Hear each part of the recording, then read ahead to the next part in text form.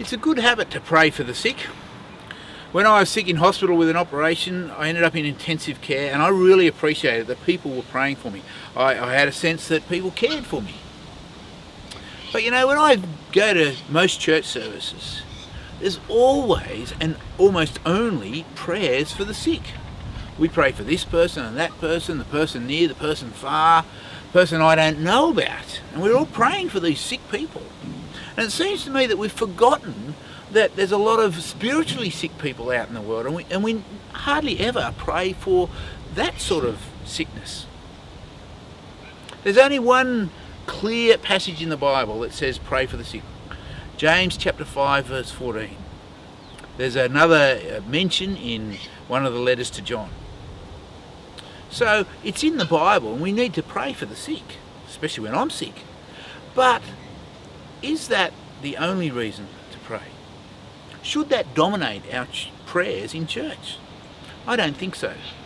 One time I looked up all the prayers in the New Testament, and I mapped out about 40 prayers, and I was surprised at how much of a gospel priority these prayers had.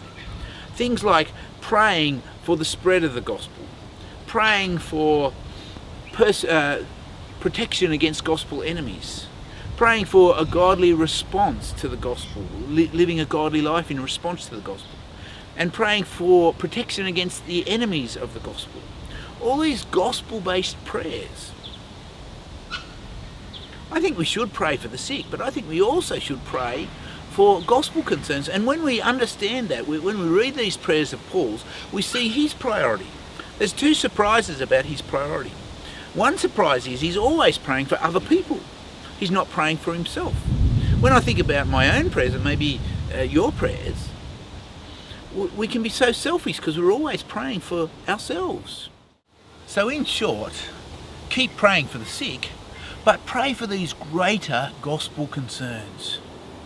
Now in this Bible app, the very first prayer point underneath regular and wider concerns picks up these gospel concerns. And remember too, that if you don't plan to pray, you won't pray, usually. And if you don't plan what to pray, you usually don't pray very well.